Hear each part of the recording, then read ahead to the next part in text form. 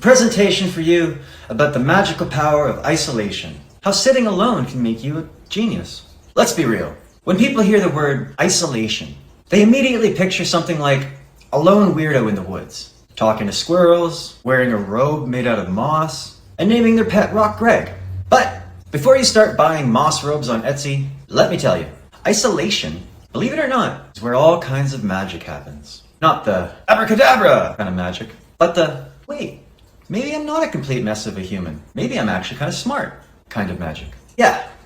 The kind that leads to inner growth. Sure, some people hear isolation and freak out, imagining they'll turn into a hermit or a contestant on a survival show, hunting their food with a sharpened spoon. But those moments alone are where the true genius sparks. Fun fact, Newton figured out gravity while sitting alone under a tree. Probably because his friends all ditched him for the medieval equivalent of a bowling night. But really, you think he discovered gravity in a crowded pub? Please. Someone would have spilled their meat on him before he even got to the apple falling part. The perks of solo time. When you're in isolation, nobody's around to tell you to take out the trash, answer emails, or ask weird questions like, what if giraffes had short necks? Instead, you get time to think about the big stuff, like life dreams, or why you ate 3 tacos right before bed. You get to look inwards, reflect on your existence, and maybe, just maybe, realize you're the kind of genius who eats the extra taco because you're living on the edge. And speaking of tacos, here's the thing. In isolation, there's no one to judge you. If you want to wear pajamas for 3 days straight and eat cold pizza while binge-watching nature documentaries, go for it. You'll call it self-reflection. But we both know it's a path to enlightenment. In fact, it's in these seemingly absurd moments that you discover more about yourself than during 1,000 social events where everyone's pretending to be cooler than they really are. Isolation forces you to get real with yourself. Think about it. When you're in isolation, that means no communication devices. You can't just distract yourself with TikTok videos of dogs dancing. Okay, maybe a few videos. Eventually, you'll start asking yourself questions like, who am I really? What do I want from life? And should I get bangs? And while you're mulling over that last one, you'll probably have a mini epiphany that shakes your whole worldview. Remember that time you wanted to do something?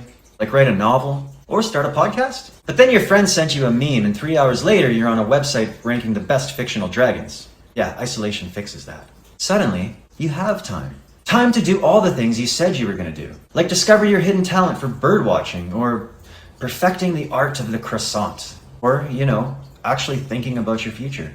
The inner genius unleashed. The truth is, isolation lets your brain do its thing without all the noise. When you're not surrounded by a million distractions, your brain starts to process deeper stuff. That's when real inner growth happens. You might discover you've got some brilliant idea for a business, or a revolutionary way to fold a fitted sheet. Or just the sudden realization that happiness doesn't depend on owning the latest gadget, but more on how many books you've read in the bathtub. And then there's creativity. Oh, the things your brain can come up with when left to its own devices. Van Gogh painted Starry Night while in isolation. Probably because his neighbor wouldn't stop talking about their tomato garden. It's in those moments of solitude that your imagination goes wild. And before you know it, you've written a screenplay, or a song, or at the very least, an incredible grocery list that you feel strangely proud of. Conclusion. Embrace the weirdness. So yes, isolation is where the inner growth happens, but it's also where the weirdness comes out. And guess what? That's a good thing. Lean into it. Be your weird, reflective self. Talk to Greg the pet rock if you have to. Because it's in those quiet, squirrel-talking moments that you'll discover you're way more capable, creative, and insightful than you ever thought possible. And hey, even if all you do is figure out how to fold that fitted sheet, I'd say you've grown.